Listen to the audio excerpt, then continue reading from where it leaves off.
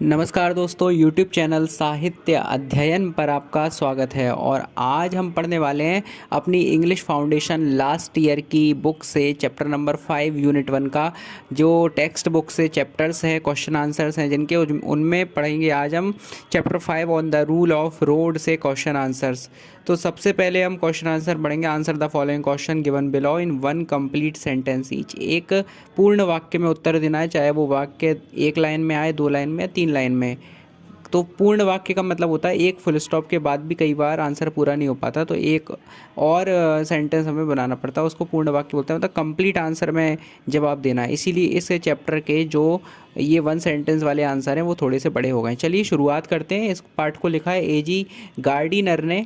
Question number 1 है, what is the meant by rule of the road, यानी सड़क के नियम का क्या अर्थ है। व्हाट इज़ मीन्ड बाय यानी क्या मतलब है, क्या तात्पर्य है। By the rule of road सड़क के नियमों से।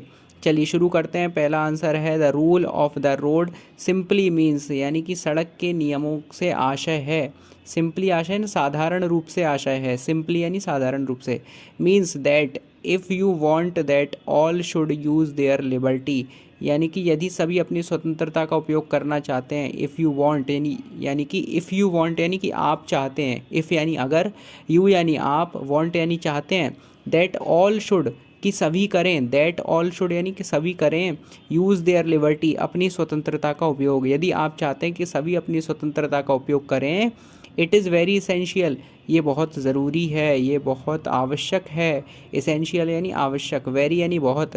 It is very essential to curtail their own liberty, यानी कि आपको अपनी स्वतंत्रता को कर्टेल यानी कम करना पड़ेगा। टू कर्टेल देयर आउन, आउन यानी खुद की, लिबर्टी यानी स्वतंत्रता को। Otherwise there will be chaos, अन्यथा, अदरवाइज यानी अन्यथा, देयर विल बी चाउस यानी कि गड़बड़ हो जाएगी।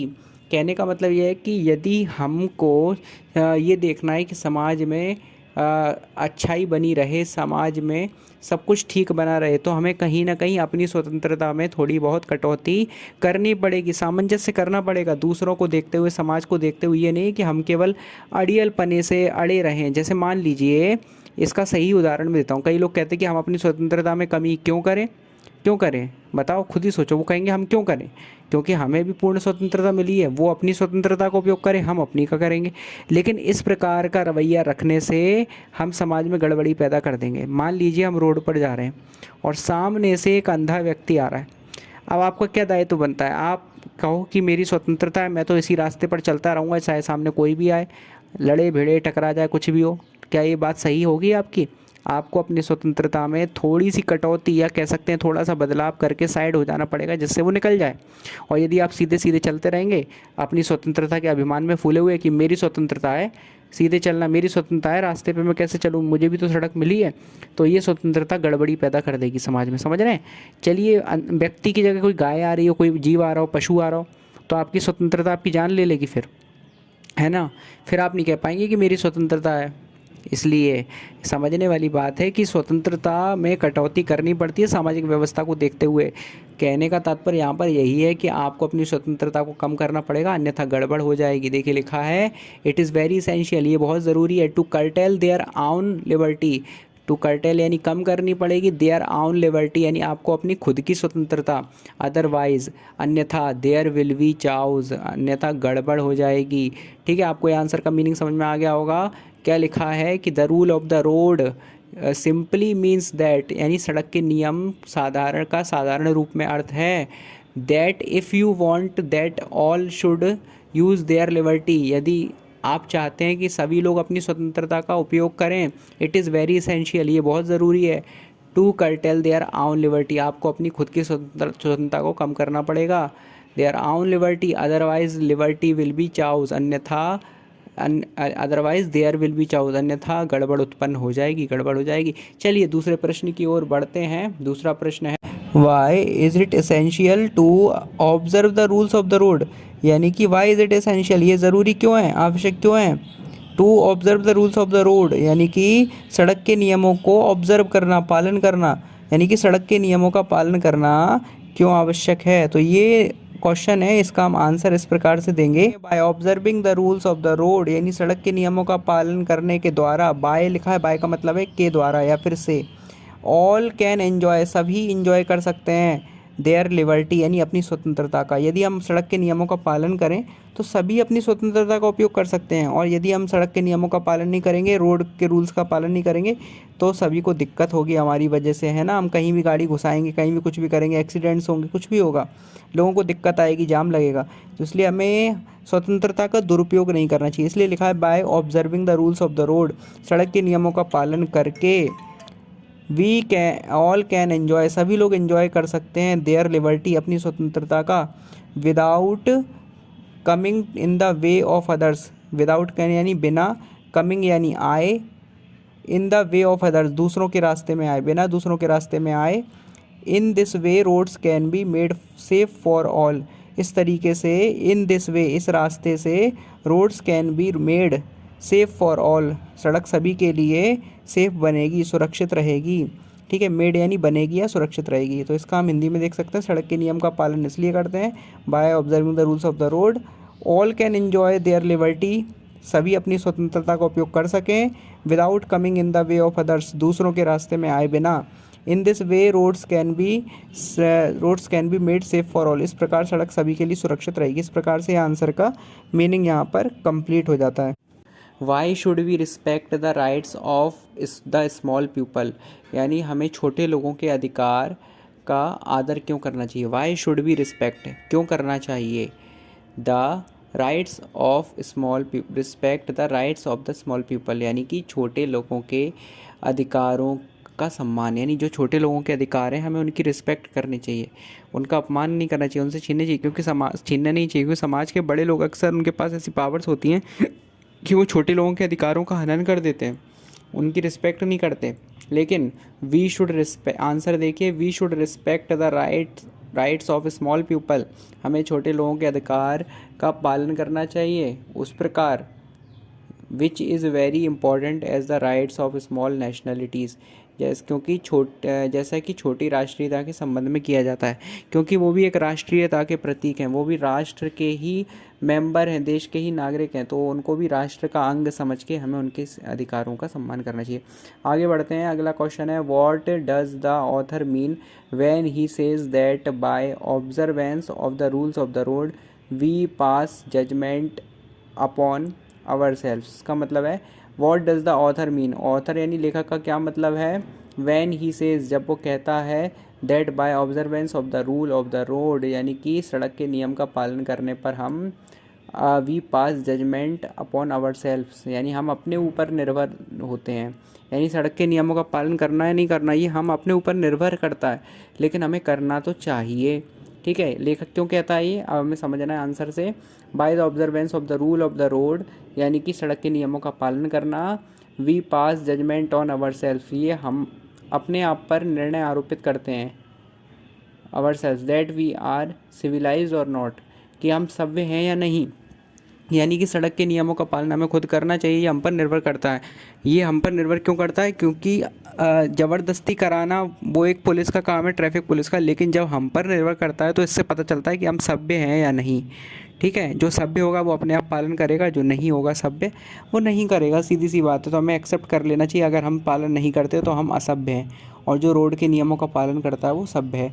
आगे बढ़ते हैं, why does the author criticise the motorist with the aggressive bullying horn, यानी why does the author criticise, यानी कि ऑथर लेखक क्रिटिसाइज क्यों करता है, आलोचना क्यों करता है, द मोटरिस्ट, ऐसी मोटर गाड़ियों वालों को, ऐसी बाइक वालों को, विद द एग्रेसिव, क्रोध में, क्रोध के साथ, विद द एग्रेसिव यानी क्रोध के साथ आलोचना क्यों करता है कवि, लेखक समझ, ये लेखक ऐसे गाड़ी वालों की आलोचना क्यों करता है, बुलिंग हॉर्न, जिनका हॉर्न जो होता है बहुत तेज़ होता है, जैसे कि आजकल हम बुलेट वगैरह में देख सकते हैं, इतना भद्दा हॉर्न लगा कर रखते हैं, लेकिन अगर कुछ कहें तो जो है लड़ाई ही रखी है, वो लोग आपकी मानेंगे नहीं और अपनी स्वतंत्रता का हवाला देंगे, लेकिन अपनी स्वतंत्रता का उपयोग करके, दुरुपयोग करके वो दूसरों को तकलीफ़ दे रहे हैं, दूसरों के कानों को परेशानी दे रहे हैं, समाज में जो है वो थोड़ा सा ऐसा वो फैला रहे हैं, नकारात्मकता फैला रहे हैं, ध्वनि प्रदूषण फैला रहे हैं कि उनकी इमेज ही खराब बन रही है।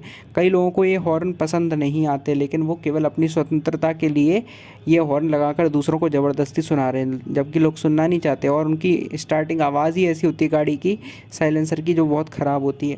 ठीक है, तो ये ऐसा करके वो क्या कर रहे हैं, ऐसा करके वो अपनी स्वतंत्रता तो दिखा रहे हैं, लेकिन दूसरों की स्वतंत्रता का हनन कर रहे हैं। तभी तो शुरुआत में कहा गया था कि अपनी स्वतंत्रता में कटौती करनी चाहिए, लेकिन कभी भी लोगों के साथ बुरा व्यवहार नहीं करना चाहिए, है ना। तो आंसर है वैन सम मोटरिस्ट गिव आ डेलिब्रेट एग्रेसिव बुलिंग हॉर्न, यानी कि जब कोई मोटर वाला ज़ोर से जानबूझकर तेज हॉर्न बजाता है, the author feels like the aggression, तो लेखक को वह ऐसा प्रतीत होता है कि शक्तिशाली जर्मनी ने बेल्जियम पर आक्रमण कर दिया। एग्रेशन ऑफ जर्मनी और बेल्जियम, तो ये जर्मनी और बेल्जियम का इतिहास है, उनकी दुश्मनी का। तो ऐसा लगता है उसको, जब वो तेज़ हॉर्न बजाता है तो ऐसा लगता है कि जैसे मानो जर्मनी ने बेल्जियम पर हमला कर दिया है। ठीक है, इस प्रकार से हमलावरों की तरह प्रतीत होते हैं गाड़ियों में ऐसी आवाज़ रखने वाले लोग। 5 क्वेश्चन यहाँ पर कंप्लीट हो जाते हैं। हम छठवां क्वेश्चन देखते हैं। देखिए, what is the social sense, सामाजिक चेतना क्या है। ठीक है, तो सामाजिक चेतना के बारे में बताना है हमें। सामाजिक चेतना क्या होती है।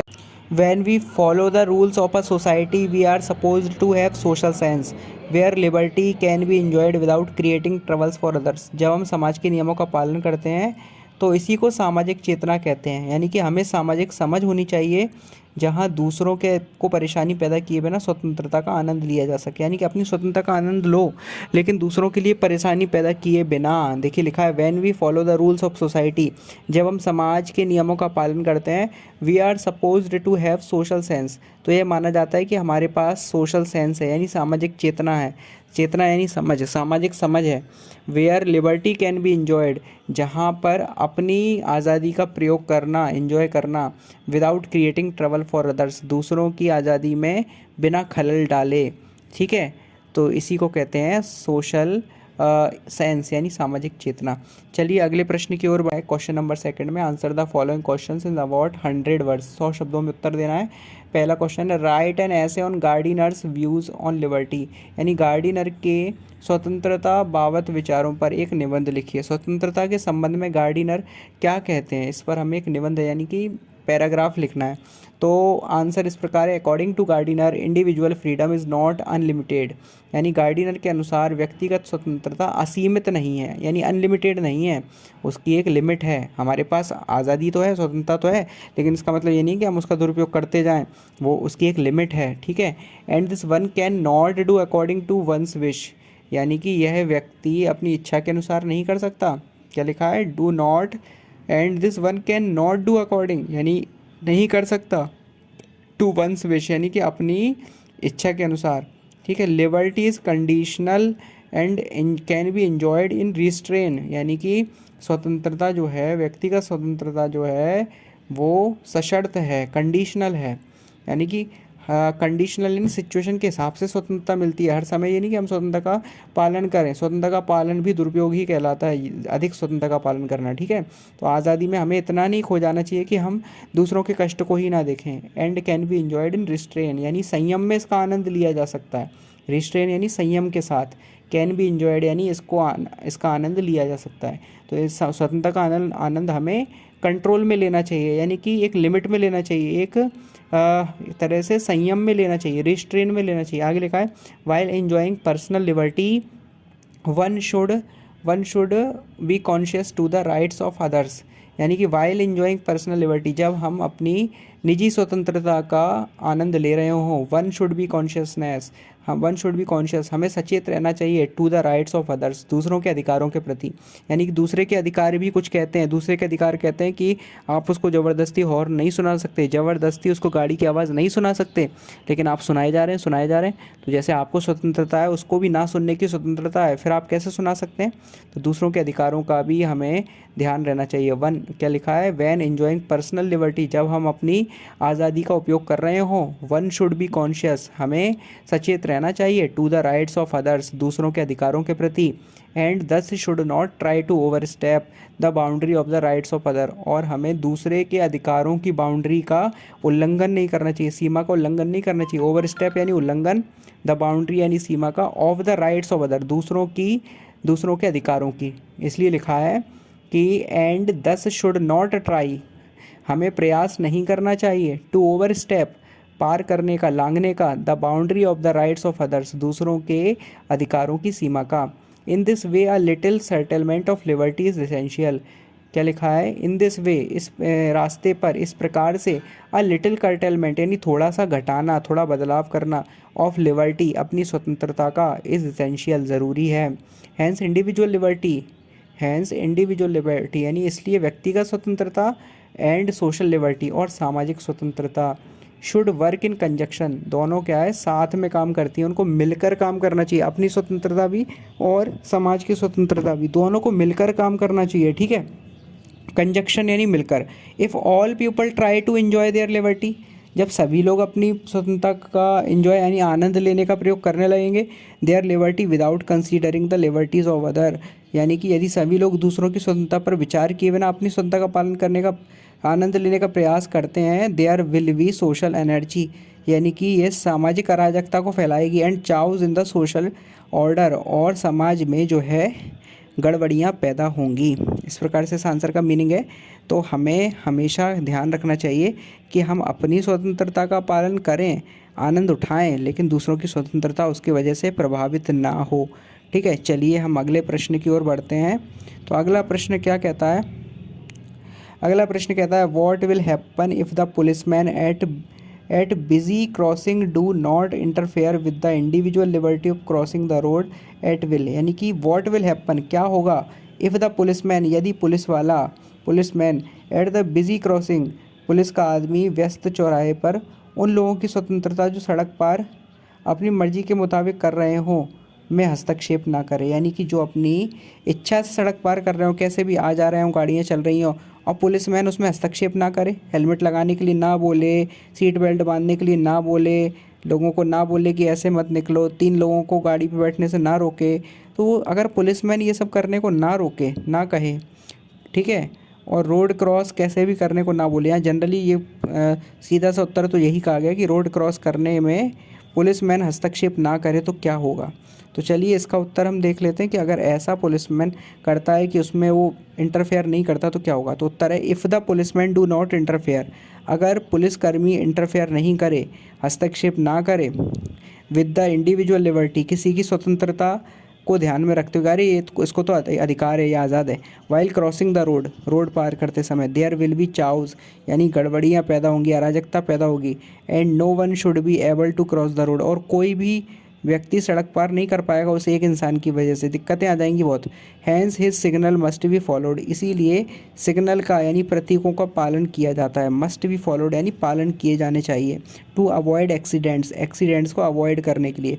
And proper movement for all, और सभी के लिए प्रॉपर मूवमेंट हो, सभी की आवाजाही सही रूप से बनी रहे, मूवमेंट बना रहे। He simply maintains a social order, वो सिंपली सामान्य तौर पर एक सोशल ऑर्डर यानी सामाजिक ऑर्डर को बनाए रखता है पुलिस वाला कुछ गलत नहीं करता। विच एनेबल्स लिबर्टी, जिससे सभी की आज़ादी, for all in a reality, वास्तविकता में बनी रहे, यही उसका उद्देश्य रहता है। तो उसको हम हिंदी में देखते हैं, यदि पुलिसकर्मी सड़क पार करते समय व्यक्तिगत स्वतंत्रता में हस्तक्षेप नहीं करते हैं, यानी कि अगर किसी की निजी स्वतंत्रता को नहीं रोकेंगे तो उनकी इच्छा अराजकता होगी और कोई भी सड़क पार करने में सक्षम नहीं होगा। इसलिए दुर्घटनाओं और सभी के लिए उचित आवाजाही से बचने के लिए उनके संकेत का पालन किया जाना चाहिए, पुलिस वालों के संकेत का भी पालन करना चाहिए। यह बस एक सामाजिक व्यवस्था बनाए रखना है जो वास्तविकता में सभी के लिए स्वतंत्रता को सक्षम बनाता है। इस प्रकार से ये आंसर यहाँ पर कंप्लीट होते हैं। थैंक यू सो मच, बहुत बहुत धन्यवाद।